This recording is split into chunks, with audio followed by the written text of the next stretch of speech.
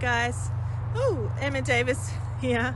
I'm a veterinary career coach and a veterinary business coach, and I am doing 30 days live, talking everything veterinary careers. And I wanted to talk to you today about grief and the role that it has in our world. And it seems a strange topic to talk about in career and business coaching, but at the same time I seem to be surrounded by people who are grieving at the minute, and I'm going through a grieving process as well for two things. And I guess it's highly pertinent in veterinary careers because we deal with people who are grieving every day, and we deal with the loss of a beloved pet.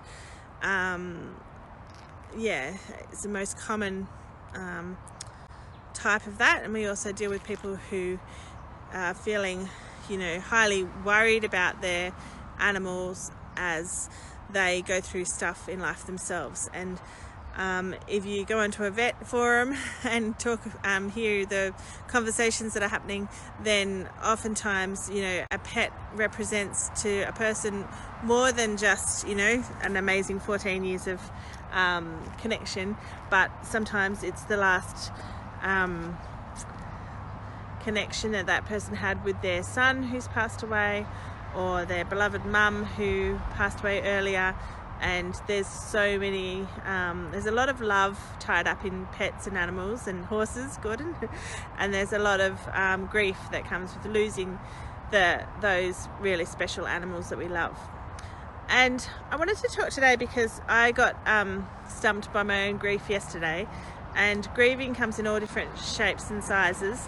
And thanks for watching, guys. If you're watching, just send me a hashtag and tell me where you're dialing in from, and send me some likes and some love. I could do with some love today.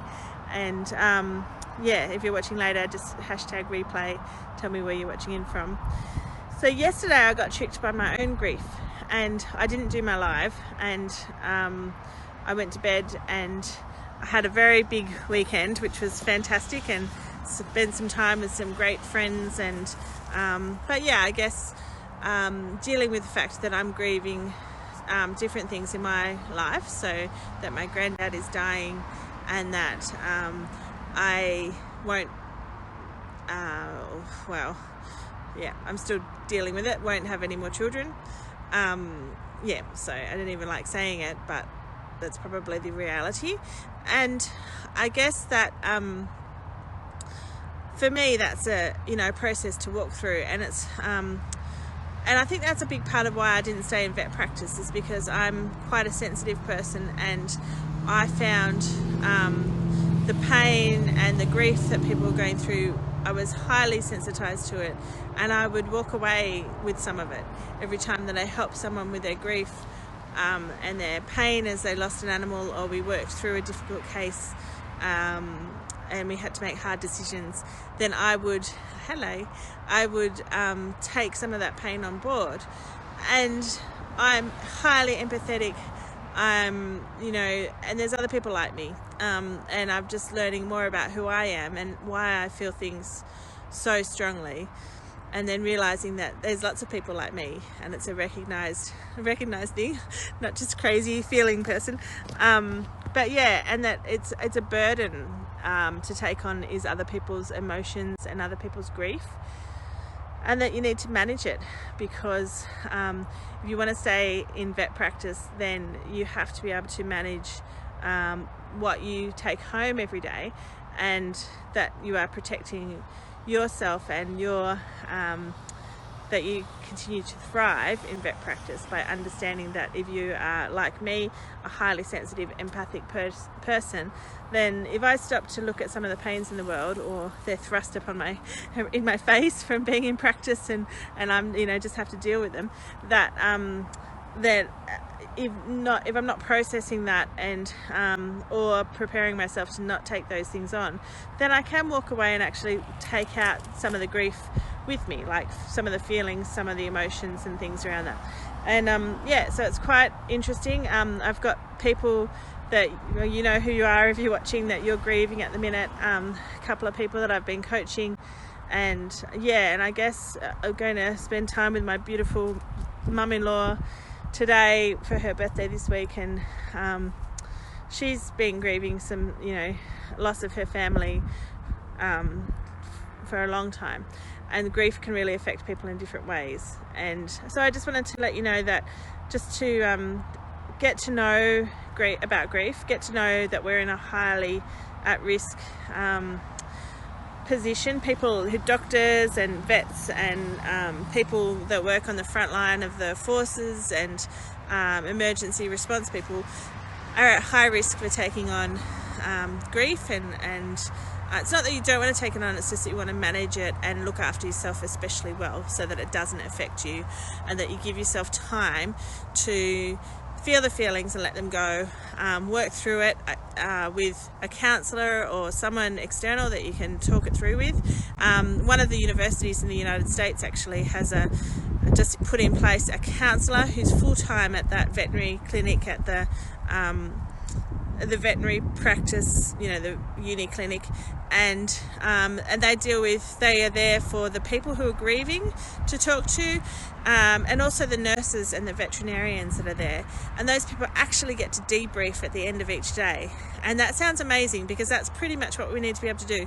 We need to be able to understand that we're dealing with grief, we're dealing with hurt people, we're dealing with some really sad situations, and understand how to deal with them well, so that we're protected, that we can do the things that come naturally to us, feel the feelings, be there empathetically with our clients, but not be affected by that, not take it home, not have that hold us back in any way, that we can understand who we are, how we tick, and do that in a really constructive way.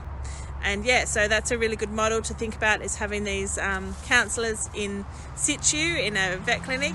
And I bet some days they don't do much, and hopefully they're training people meanwhile, and some days I bet they get run off their feet with a lot of the sad stories that we deal with in vet science. And yeah, so I just wanted to reach out to you guys. If you're grieving and you don't know how to deal with it, then call Lifeline, call the Vet Life people in the UK. Reach out for help.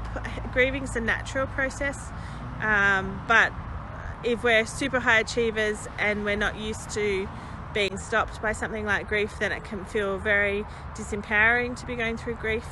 But in fact, it's a place to pause and to reflect and to get the support that you need. So if you are in that space, then know that it's natural, but you do need to think about how to support yourself through it.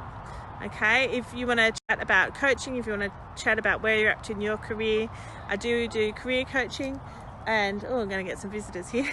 Career coaching and business coaching. I've got a couple of businesses growing that are going to help veterinary businesses, or are helping veterinary businesses, and got a heart for veterinarians and supporting you guys, so that you guys can go out and support all of our lovely pets and animals and community.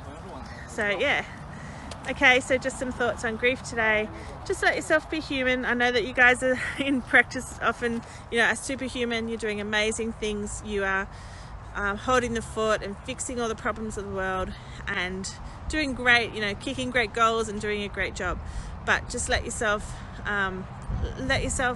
give yourself the time, gift yourself that time to learn about yourself and how you work, and to set yourself up to thrive and not just survive. And yeah, if you want to reach out, if you've got thoughts about grief and grieving, then by all means, happy to chat about it below. And otherwise, I'll be back tomorrow with some more thoughts for your veterinary career. And until then, love your veterinary career, and I'll talk to you tomorrow. Bye.